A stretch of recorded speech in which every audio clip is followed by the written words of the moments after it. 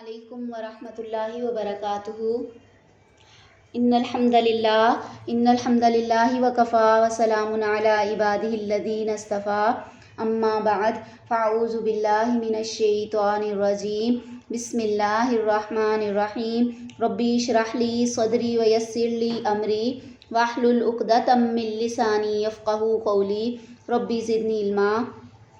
قال اللہ تبارک و تعالی فی القرآن المجید والفرقان الحمید، یا نساء النبی لستن کاحد من النساء۔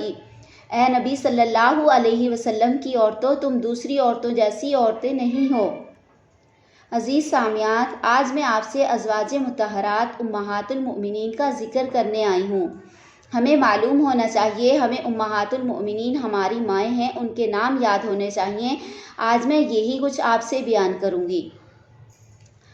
ام المؤمنین حضرت خدیجہ بنت خویلد رضی اللہ تعالیٰ عنہا، ام المؤمنین سیدہ سودا بنت زمع، ام المؤمنین سیدہ عائشہ صدیقہ، ام المؤمنین سیدہ حفصہ، ام المؤمنین سیدہ زینب بنت خزیمہ، ام المؤمنین سیدہ سلمہ، ام المؤمنین سیدہ جویریہ، ام المؤمنین سیدہ زینب بنت جحش، ام المؤمنین سیدہ ام حبیبہ، ام المؤمنین سیدہ صفیہ، ام المؤمنین سیدہ میمونہ رضی اللہ تعالی عنہن۔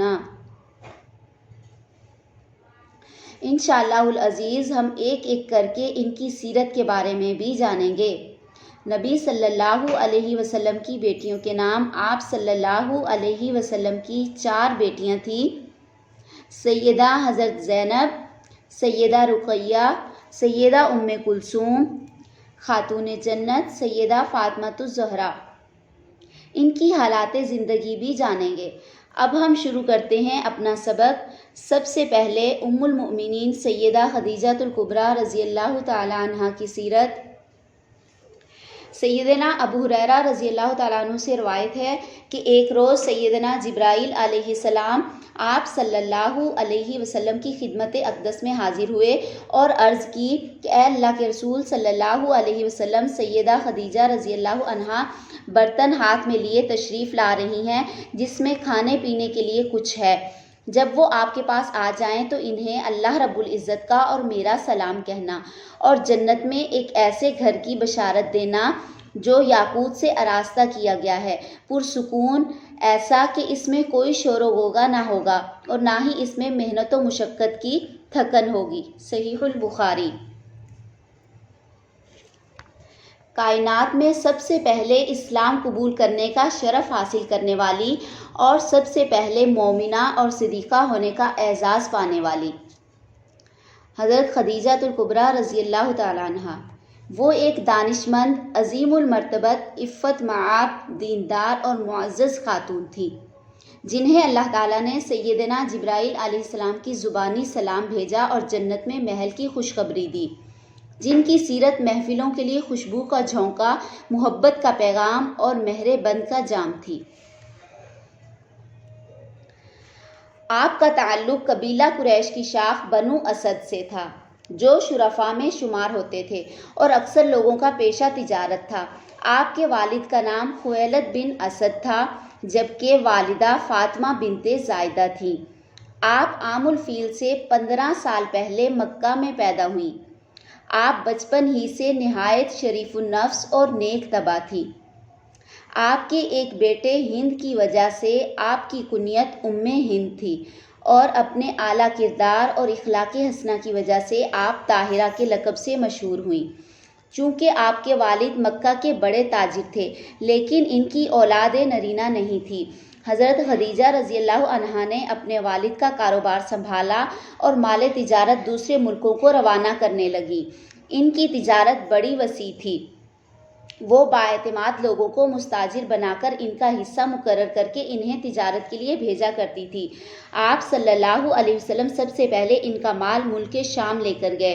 اس سفر میں حضرت خدیجہ رضی اللہ عنہا کے غلام میسرہ آپ کے ساتھ تھے۔ جب رسول صلی اللہ علیہ وسلم بکریاں چراتے تھے، ایک مرتبہ حضرت خدیجہ رضی اللہ عنہا کے مال تجارت کی روانگی کا وقت آیا تو جناب ابو طالب نے آپ صلی اللہ علیہ وسلم سے کہا کہ تم خدیجہ سے جا کر ملو، ان کا مال تجارت شام جائے گا، بہتر ہوتا کہ تم بھی ساتھ جاتے۔ رسول اللہ صلی اللہ علیہ وسلم اپنی شرافت اور دیانتداری کی وجہ سے امین کے لقب سے مشہور تھے، اور آپ کے پاکیزہ اخلاق کا بھی حضرت خدیجہ رضی اللہ عنہا کو علم تھا۔ جب حضرت خدیجہ کو جناب ابو طالب کی گفتگو کی خبر ملی تو انہوں نے آپ صلی اللہ علیہ وسلم کو پیغام بھیجا کہ آپ میرا مال تجارت لے کر شام جائیں، جو معاوضہ میں اوروں کو دیتی ہوں اس سے دگنا معاوضہ آپ کو دوں گی۔ آپ صلی اللہ علیہ وسلم ان کا مال تجارت لے کر شام تشریف لے گئے۔ رسول اللہ صلی اللہ علیہ وسلم نے یہ تجارت 25 سال کی عمر میں کی۔ آپ صلی اللہ علیہ وسلم نے بصرہ شام میں سامان بھیجا اور پھر جو چاہا سامان خریدا۔ حضرت خدیجہ رضی اللہ عنہا کے عام منافع سے دگنا منافع کمایا۔ جب رسول رحمت صلی اللہ علیہ وسلم کے ساتھ حضرت خدیجہ رضی اللہ عنہا کا نکاح ہوا تو اس وقت حضرت خدیجہ رضی اللہ عنہا کی عمر 40 سال اور آپ صلی اللہ علیہ وسلم کی عمر مبارک 25 سال تھی۔ حضرت خدیجہ رضی اللہ عنہا ایک وفادار اور غمگسار بیوی تھی، پوری یکسوئی اور دل جمی سے خاوند کی خدمت کرتی تھی۔ حضرت خدیجہ رضی اللہ عنہا نے تمام مال حضور صلی اللہ علیہ وسلم کے حوالے کر دیا تو فکر معاش سے آزادی مل گئی۔ آپ صلی اللہ علیہ وسلم اپنا زیادہ تر وقت غار حرا میں عبادت کرنے میں گزارتے۔ حضرت خدیجہ رضی اللہ عنہا بھی کبھی کبھی آپ کے ساتھ جایا کرتی تھی۔ آپ صلی اللہ علیہ وسلم کبھی کھانا پانی ساتھ لے جاتے اور کئی دن وہاں ٹھہرتے۔ حضرت خدیجہ رضی اللہ عنہا وہاں کھانا پہنچاتی تھی۔ اس وقت تک نماز پنجگانہ فرض نہ ہوئی تھی۔ آپ صلی اللہ علیہ وسلم نوافل پڑھا کرتے تھے۔ حضرت خدیجہ بھی آپ کے ساتھ نوافل میں شرکت کرتی تھی۔ ایک عرصہ تک آپ نے خفیہ طور پر نماز پڑھی۔ آپ نے آپ صلی اللہ علیہ وسلم کی خدمت گزاری جان و مال سے کی تھی۔ وفات تک کوئی ایسا کام، کوئی ایسا فعل سرزد نہیں ہوا جس سے آپ کو رنج پہنچا ہو۔ جب بھی کوئی ایسا واقعہ ہوا جس سے آپ صلی اللہ علیہ وسلم کو پریشانی لاحق ہوتی تو سیدہ خدیجہ رضی اللہ عنہا نے ہمیشہ آپ کو تسلی دی اور ڈھارس بندھائی۔ بعثت نبوی کے بعد جب کفار مکہ آپ کا مذاق اڑاتے تو آپ صلی اللہ علیہ وسلم کو ناگوار گزرتا تو اکثر اوقات حضرت خدیجہ آپ کو تسلی دے کر آپ کا بوجھ ہلکا کرتی تھی۔ آپ کا رویہ بھی آپ سے بے حد و پیار و محبت کا تھا۔ آپ صلی اللہ علیہ وسلم ہر بات میں ان سے مشورہ لیتے تھے۔ آپ غار حرا میں تشریف فرما تھے جب پہلی وحی سورۃ العلق کی پہلی 5 آیات نازل ہوئیں۔ جبرائیل علیہ السلام یہ آیات پڑھا کر گئے تو آپ صلی اللہ علیہ وسلم گھر تشریف لائے۔ آپ گھبرائے ہوئے تھے۔ حضرت خدیجہ سے فرمایا مجھے کپڑا اڑا دو۔ کپڑا اڑا دیا گیا تو حیرت کم ہوئی۔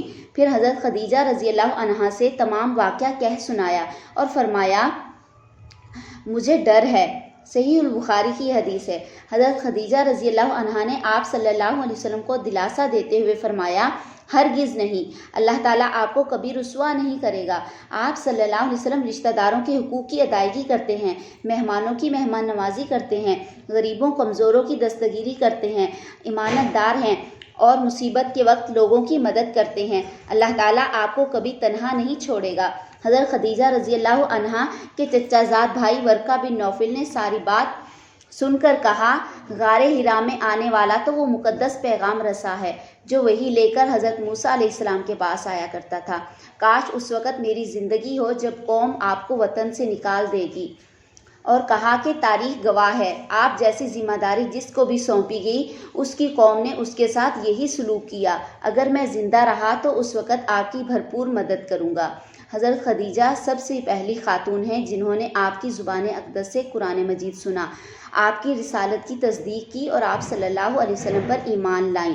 آپ کفار کی باتوں کا صدمہ لیے ہوئے گھر تشریف لاتے تو سیدہ رضی اللہ عنہا عرض کرتی اے اللہ کے رسول صلی اللہ علیہ وسلم آپ رنجیدہ نہ ہوں، کیا کوئی ایسا رسول آج تک آیا ہے جس کا لوگوں نے مذاق نہ اڑایا ہو؟ سیدہ آپ کی باتوں کی تصدیق کرتی تھی اور مشرکین کے معاملے کو آپ کے سامنے ہلکا کر کے پیش کرتی تھی۔ آج کا ہمارا سبق اتنا ہی ہے۔ اگر کسی بہن کا کوئی سوال ہو تو ضرور کیجیے گا۔ وآخر الدعوانا ان الحمد للہ رب العالمین۔ السلام علیکم ورحمۃ اللہ وبرکاتہ۔